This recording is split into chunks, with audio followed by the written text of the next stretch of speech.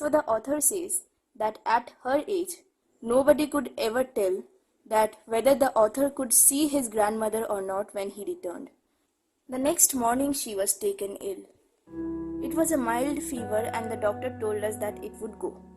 She lay peacefully in bed praying and telling her beads. Even before we could suspect, her lips stopped moving and the rosary fell from her lifeless fingers. A peaceful pallor spread on her face and we knew that she was dead.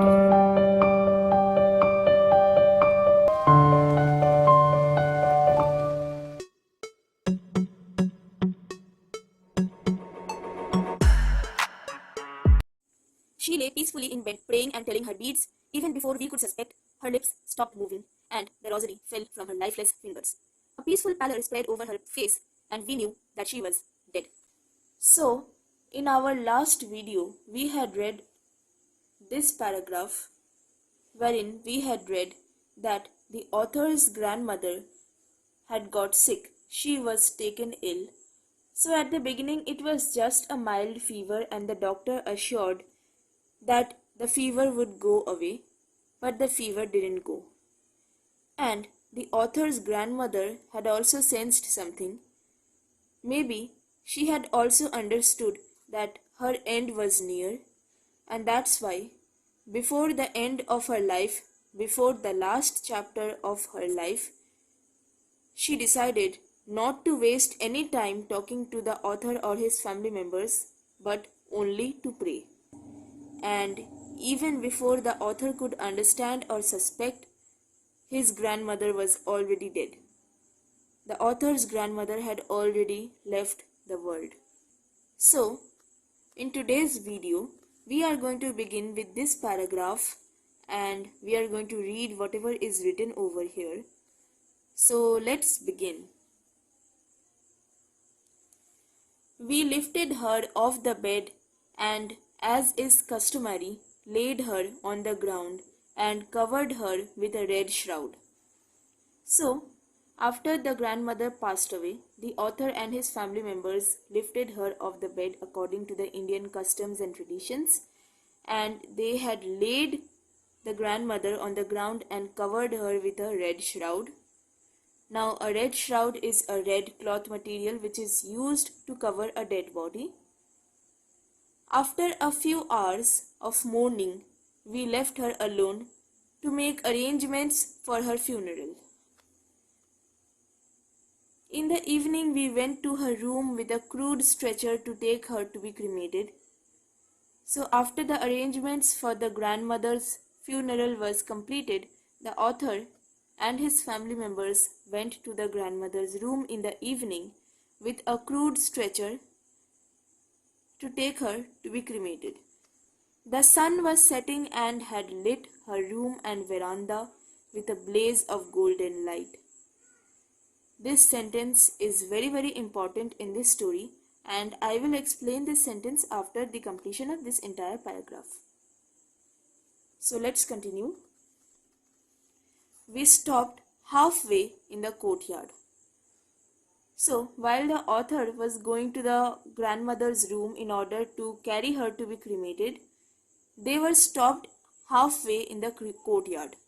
Now, what was the reason? All over the veranda and in her room, right up to where she lay dead and stiff, wrapped in the red shroud, thousands of sparrows sat scattered on the floor. There was no chirruping. So, why was the author stopped halfway in the courtyard? Because all over the veranda and in the grandmother's room right up to where she lay dead and stiff wrapped in the red shroud, thousands of sparrows, the sparrows whom the grandmother once used to feed with utter care and love, had come. These sparrows had come to mourn the death of the person who loved them deeply. These sparrows were also mourning. They were in grief, and these sparrows were sitting scattered on the entire floor.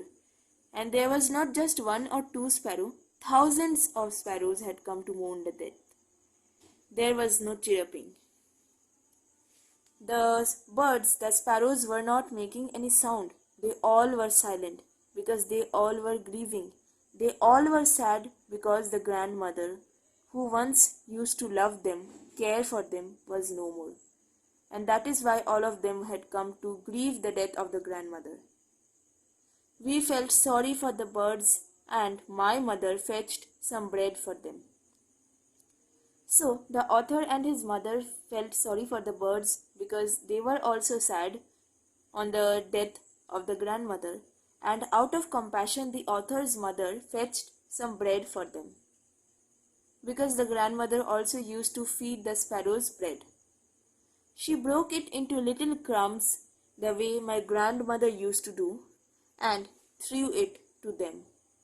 So the author's mother broke the bread into little crumbs just as the grandmother used to do, so that the birds do not feel the difference, and the author's mother threw that bread to the birds.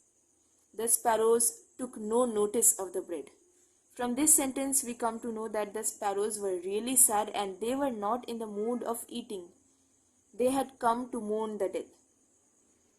When we carried my grandmother's corpse off, they flew away quietly. Next morning, the sweeper swept the breadcrumbs into the dustbin. This means that the birds took no notice of the food that was given to them. They had come only to mourn the death of the grandmother. And these lines, thousands of sparrows sat scattered on the floor up to they flew away quietly. These lines symbolize that how the animals feel the human world as well, how the animals can feel us, how the animal world can connect with the human world. And this is what is shown in these lines. So this story ends very beautifully. Now I told you all that I am going to explain the meaning of this sentence. The sun was setting and had lit her room and veranda with a blaze of golden light. Now this seems to be a very simple sentence, but why did I say that I am going to explain this to you? Because this has a hidden meaning to it. This sentence has a meaning in it.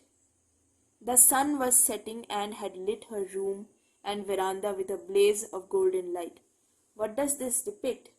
That as the sun was setting, the grandmother's life had also set. As the sun was stepping into the darkness, the grandmother's life, the grandmother's soul had stepped into the world of eternal peace. As the sun was disappearing, the grandmother's soul was also disappearing. So this is the meaning of this sentence. So because of this sentence, the ending of the story has become very beautiful, because this sentence is symbolizing the parallel connection between the human world and the nature. And these sentences are showing the connection between the animal world and the human world. So overall, this is a very beautiful story, and today in this video we completed it. I hope you all enjoyed listening to this story. I hope I had explained this story to you well. So in the next video, that is the last part of this chapter, we are going to discuss a few question answers and the themes of the story. Anyways, thank you for watching this video. If you found it helpful, then please like the video and subscribe to my channel.